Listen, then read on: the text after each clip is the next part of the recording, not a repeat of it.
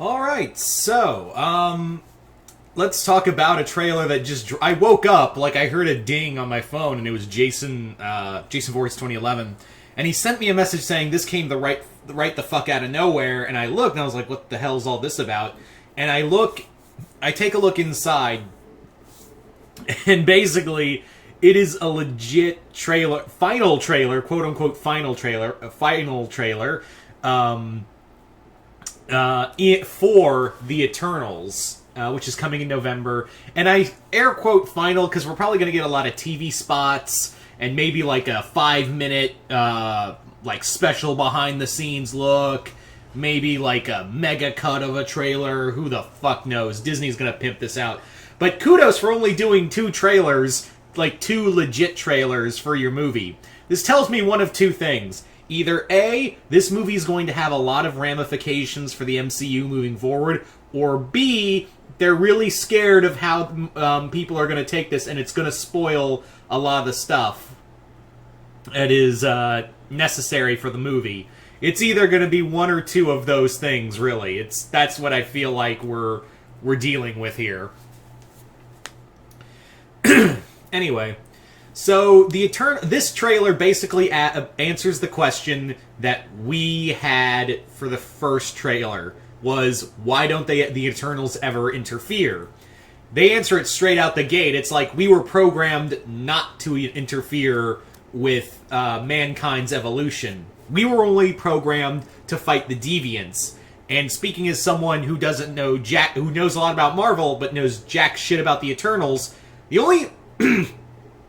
the only real exposure to Eternals I've read, and I've said this before in the review, the only exposure anyone needs to understand the Eternals is really just read Neil Gaiman's 7-issue miniseries. That's literally all you need to understand the Eternals. And the moment they say, oh, we were programmed to only fight the deviants, I was like, oh shit, that's right. I was literally like, I had just, that's what they explained in the comic of why they don't get involved with the Marvel Universe, was because they don't, they only interact when the deviants are involved. The deviants being, like, the dark, evolutionary, offshoot of the Eternals created by the Celestials. So, that was really it. Was that it was basically the Celestials programmed them to protect mankind from the deviants, and also, fun fact, Thanos is distantly related to the Eternals. I wonder if they'll bring that up. I wonder if at all they will bring up the whole thing that Thanos is related to the Eternals. So maybe that might be the other reason.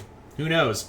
Anyway, we get to see more action. I know the first trailer was kind of like more of a dream sequence. It was more dreamy. Here we get to see the action sequence, and we get to see the deviants in action. We actually get to see the deviants. We get to see the other Eternals all fighting and all living out their lives, because they even talk about how immortality is such a pain in the ass. Everyone says, oh, I want to live forever, and this trailer goes, do you though?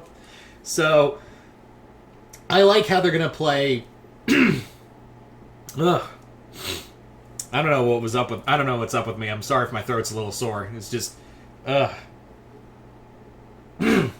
Anyway, so I'm again, it's kind of ballsy, really, for Marvel to say, oh, this is the final trailer. Not do 2 more trailers like we've seen so many times with so many other Marvel movies, and we basically kind of get a sense of what the movie is. Here, it's basically this is the final trailer, excluding all the TV spots and behind-the-scenes stuff, and maybe, special features and whatnot.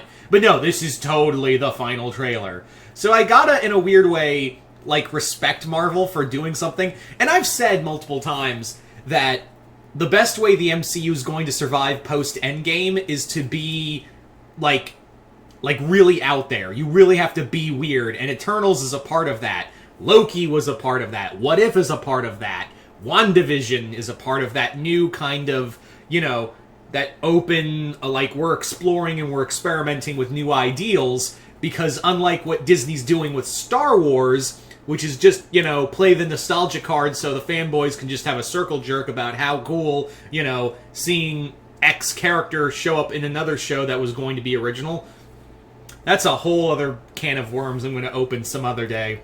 But not here. Marvel is at least being like, and yes, I know, Star Wars Visionary, it's an animated, but guys, it's not, I don't think those stories are canon. It's all just anime visuals. It's an anime anthology, kind of like What If, where it's like, it just doesn't matter. But yeah, this is how you keep your franchise relevant for another, 10, 12 years? Because, yeah, that's how you gotta be experimental. You gotta bring in new fans. You have to really play up that this is a new era. And Eternals is really, I think going to be the real experiment. Shang-Chi I'm really excited about. Shang-Chi really shows that you are going, Shang-Chi is just gonna be awesome. I don't know why people say, oh, Shang-Chi is so experimental. I was like, no, it's not. That's almost like, that's just, the only difference is that the main character isn't a white guy. That's the only reason people call it experimental. Which I find dumb. But I'm really excited for Shang-Chi. Shang-Chi, I've already got locked that it's going to be a great movie. Eternals is going, like I said, the Eternals is going to be the big, the big starting ground, that's going to be the big proving ground. Why did I say starting ground? Proving ground for what the MCU is going to be like moving forward. Because, yeah, they wouldn't say final trailer unless they either A, don't have a lot of faith in this movie, or B, this is going to have some really fucking big ramifications. Seriously. Also, it was kind of cool to see the Celestials again. We haven't seen them since, fucking the first Guardians of the Galaxy, and now we're going to probably see them in action. Yeah, I'm looking forward to that. And to see all the Deviants was really cool. And, yeah. Also, I think I know what their, this big, event that's happening in 7 days is. What it is basically, and I think they're taking a lot from the Neil Gaiman comic, which again, if you just want to know anything about the Eternals, just go read Neil Gaiman's Eternals. It's a 7-issue miniseries with John Romita Jr. artwork. I did a review on it, and like I said, I've been saying multiple times, just read that and you're good on Eternals. That's all. You don't need to go back. It'd be cool if you went and read, Jack Kirby stuff. This is a classic Jack Kirby creation. But, really, if you want to have, okay, I don't need, everything. Just give me the Cliff Notes and make it a good story. Neil Gaiman's Eternals, because it's Neil goddamn Gaiman.